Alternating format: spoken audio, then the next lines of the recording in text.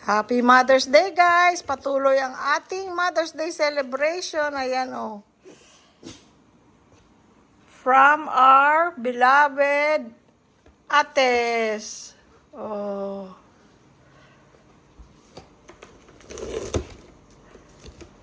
Kung hindi pa umuwi ng Pilipinas, pag-uwi nyo, guys, itong contest, ha, hindi ito sponsored.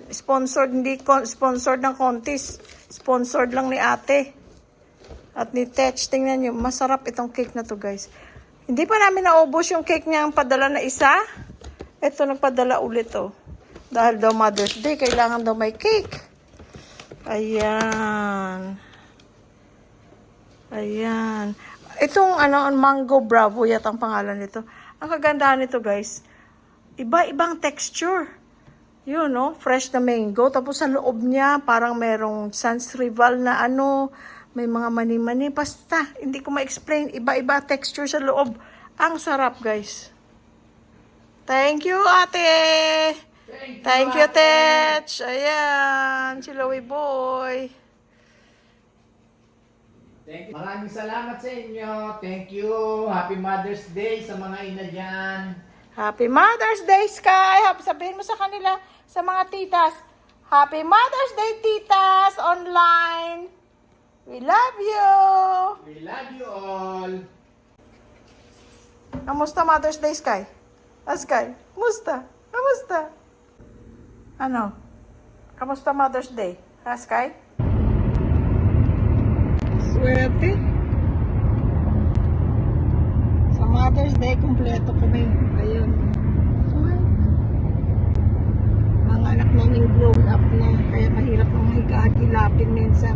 May sarili ng buhay. Busy na sa kanilang buhay. Nagsiuwian sila kasi Mother's Day. Busy sa mga telepono nila. Kaya si Bossing ang lagi kasama ko, si Louie Boy lang. Kasi, na kami, empty nesters. Si JL, yan, si JL, sa bahay pa yan.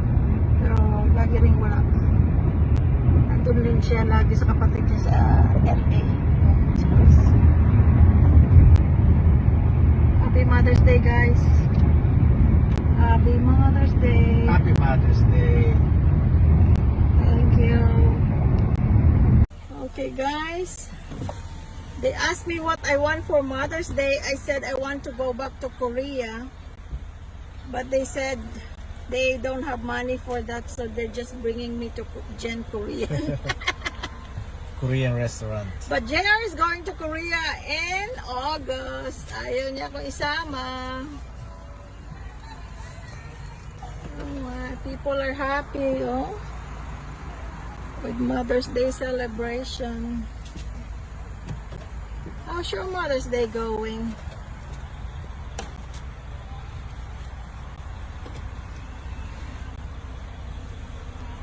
We're waiting for our turn to come. You want your window open, Gel?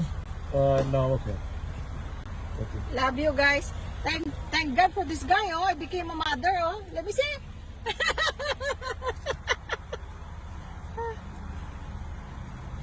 He made me a mother. Ay, ay, ay.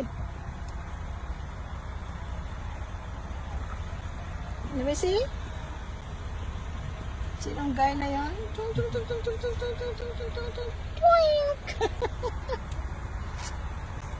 Ito na, guys. Magrarap na tayo ng ating lumpiang gulay. Maganda sana ang kulay kung ang ating kamote ay purple or orange. Kaya lang, puti ang kamote, puti ang singkamas, pareho na sila ng kulay. So, may konting green beans, ano tawag dito? Singkamas, puti na kamote, at saka toge. Konti lang pala yung toge ko, pero okay lang. Pwede nga wala. Pero masarap din mayroon kasi may dagdag din siyang lasa. So, yan, nagpapainit ako ng mantika, guys. At gusto ko pag nagpiprito ako, yung malalim, para na ang talsik hindi masyadong marami. Ayan na, meron na akong nabalot na isa. Ayan na. Tapos sausawan yan, suka, toyo na may bawang. Gawa akong sausawan. Gawa kang sausawan, okay. Gawa daw siyang sausawan, guys. Ayan na, oh. Ang ganda-ganda, oh. Tambok-tambok, oh. Tapos yung ano niyan, ang half cook lang yung singkamas. Para na ano, ako na lang gagawa ng susawan ko. Kasi iba-iba tayo ng ano, style. Gusto ko manamis-namis siya, hindi. Ano tawag dito? Naalala nyo guys, nung nagluto ako nitong huli, sumakit ang tiyan ko. Anong ginagawa mo dyan, boy? Anong ginagawa mo dyan, boy? Ha? Kiss-kiss ng kiss-kiss sa kapaa ko. Oh. Langga. Oh. Hi! Hi!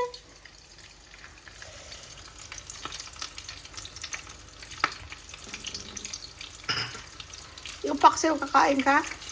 O ito lang ulam mo or what? Ako hindi. Ha? Oh, sige. Ako ito lang kakainin ko. Yung kinukwento ko guys, sumakit ang tiyan ko kasi 10 kinain ko. 10 ganito, puro gulay, di grabing fiber. Ako sumakit ang tiyan ko, hindi ako natunawan. Hanggang gabi kasi guys, mula nung parang tanghali, hanggang gabi kain ako ng kain. Yun lang kinain ko. Ganito ba yung matamis? Yes. Kala ko ayaw mo matamis. Kaya nga, kukuha ko ng... Meron dyan yung kikuman. Yeah. Katabi lang sila. Init, uy. Kayo guys, ilan ang gusto nyo para maiprito ko na? Yan guys, oh. Sarap, oh. May crunch pa yung ano dyan. Gulay-gulay. Guys, oh. Ang sarap. Taradang! Kalabasa, okra na may sibuyas, konting luya, walang oil, asin na konti, at saka malunggay from our garden. At ito guys ang ating ipapartner, marinated na daing na bangus. Oh, prito. O, diba? Tataka na naman sila kung saan namin lalagay itong pagkain na to. Masarap ito guys. Kumakain ba kayo nito? Tawag sa amin, laswa. Oh, hindi maraming sabaw. Ganyan lang. Gusto mo maraming sabaw? Pwede rin. Higupin mo. Dahil wala yung mantika. Yung isda nga pala, pwede mo rin i-air fry. Kaya lang, maselan si Louie Boy sa mga isda. Pag nalasahan niya maalansa, ayaw niya na. So, piprito ko na lang para walang lansa. Kasi malinis naman ang itsura niya. Marinated na yan ng binili ni Paulo para sa amin from Pangasinan. Paulo ang kapatid ni Percy. Pagka ganyang mga marinated,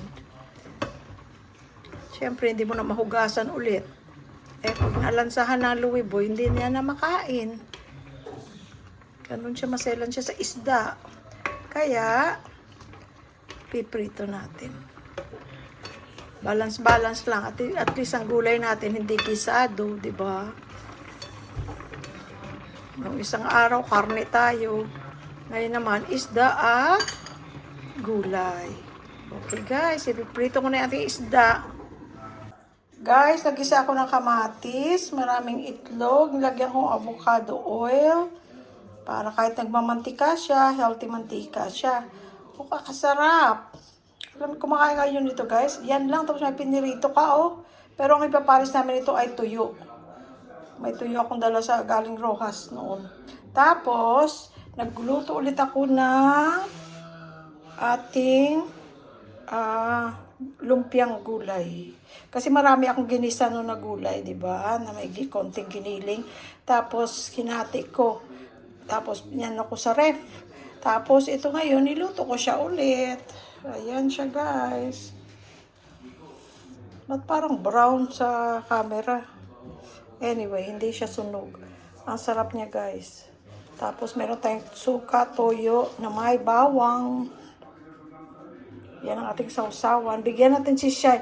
Ito, kaya ito parang kalahati na lang kasi meron na akong sineparate para kay Shai and doon siya nagdidilig. Tapos bigyan ko rin siya nito.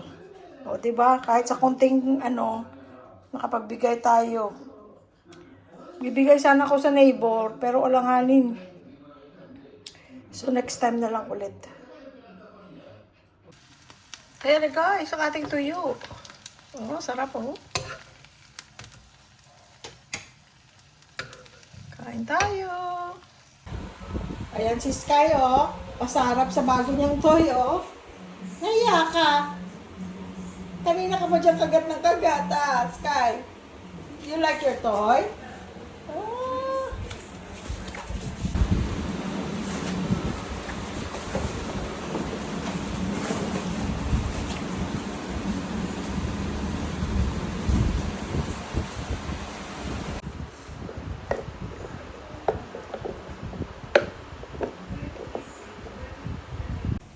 Hi, Kuya Angel and JR. Look at me, how cute I am. Langga with Dada. Napumose pa oh. See? See? Ubo, smiling. You like it when you're outside? Huh? Counterculture in some ways. He was not driven financially in any way. So he spent his life doing all kinds of jobs. He would work construction as a Sa mga nagtatanong, ang pag-groom doon sa pinupunta namin, dalawang places ang na-try na namin. Parehong 350 pesos sa size ni Sky. Lahat na yun, gupit, ligo, linis.